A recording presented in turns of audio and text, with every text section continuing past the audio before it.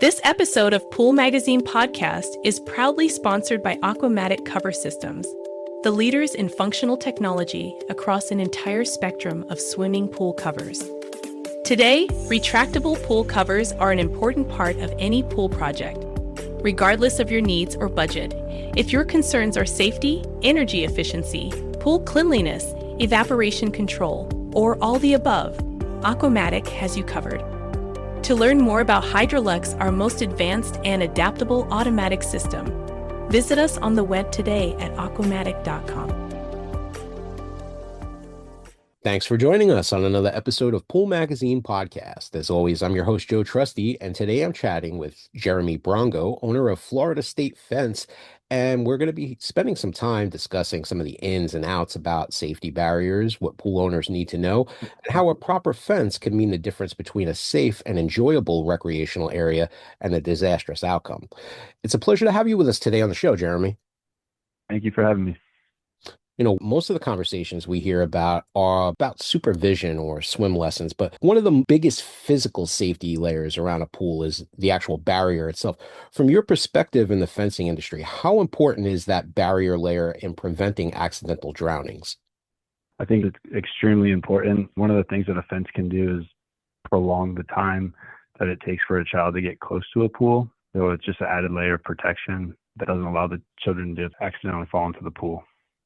For people who may not realize it, Florida actually has its own very specific laws around residential pool barriers.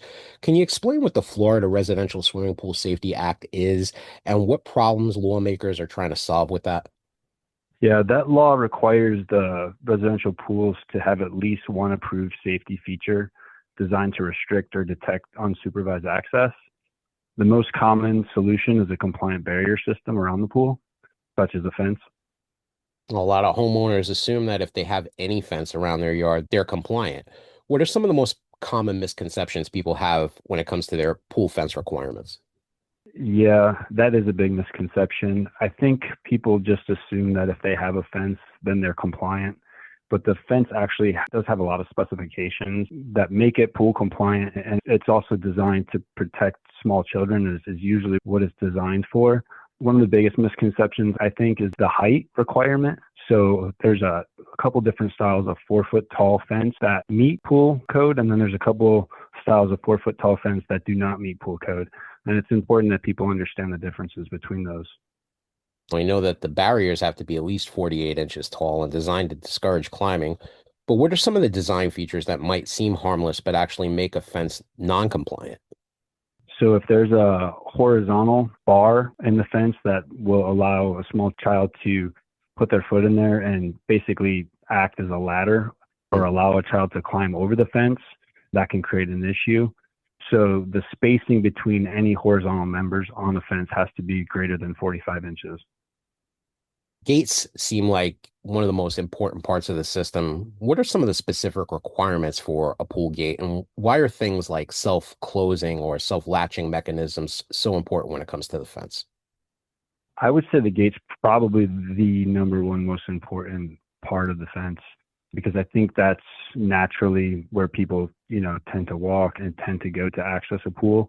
And if the gate's not functioning properly, that can create an issue. So like you mentioned, the gate has to be self-closing, but with it being self-closing, it also has to self-latch.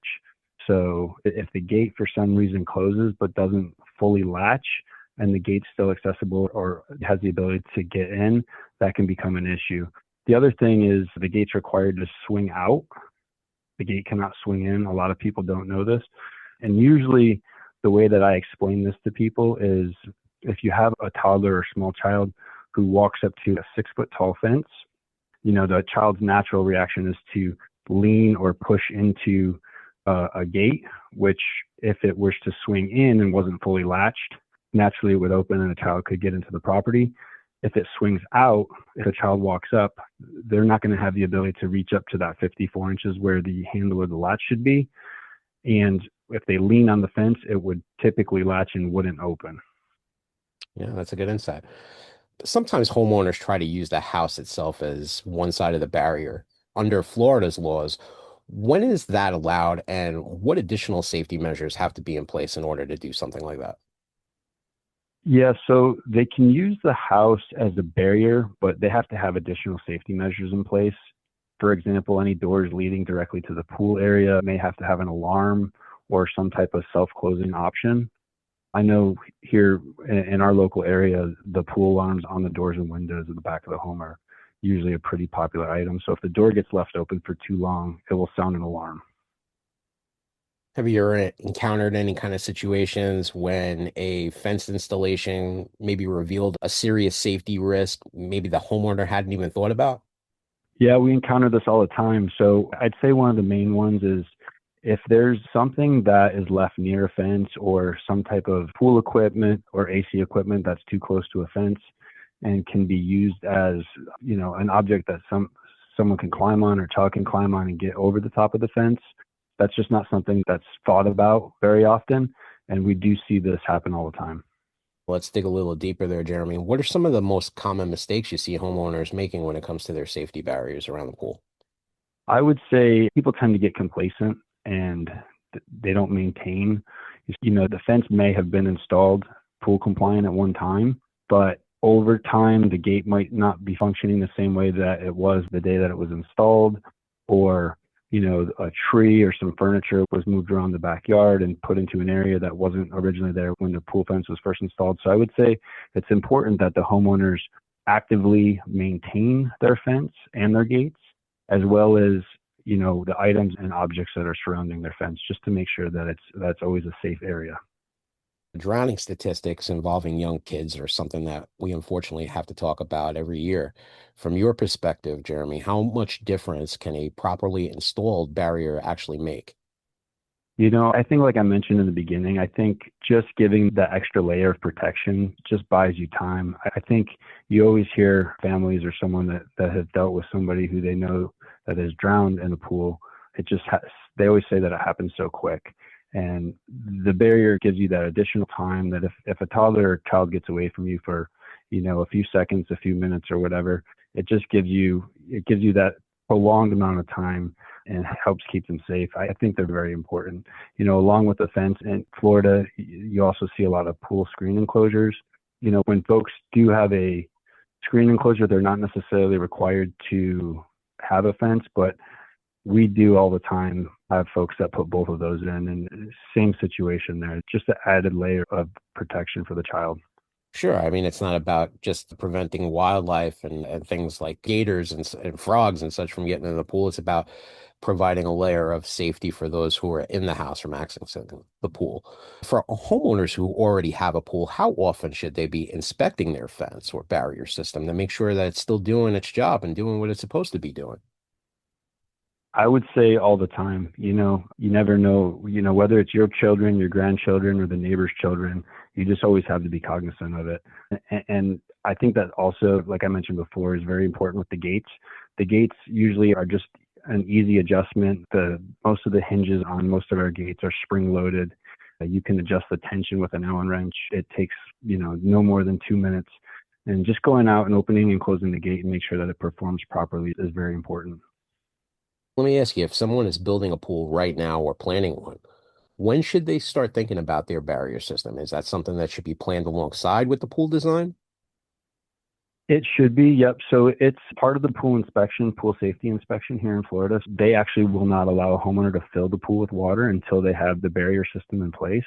So yeah, we usually work with a lot of the local municipalities and local pool fence contractors to make sure that our timeline meets up with their timeline and that we're there the day that they would like or the day before that they would like to schedule their pool safety inspection.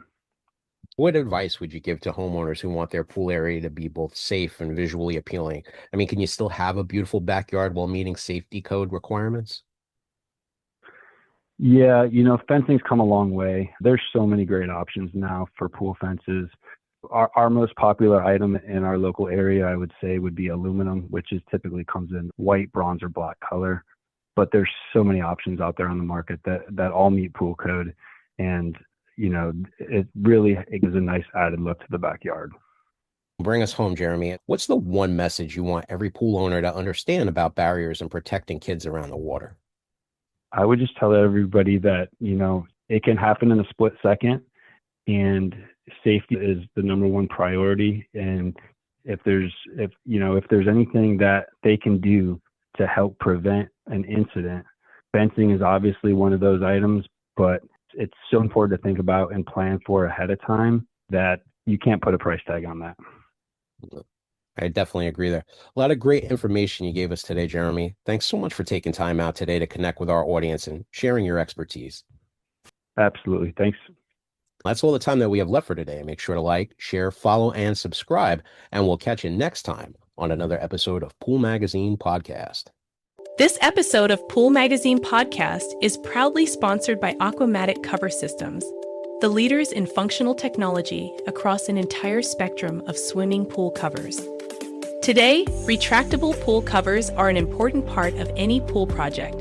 Regardless of your needs or budget, if your concerns are safety, energy efficiency, pool cleanliness, evaporation control, or all the above, Aquamatic has you covered.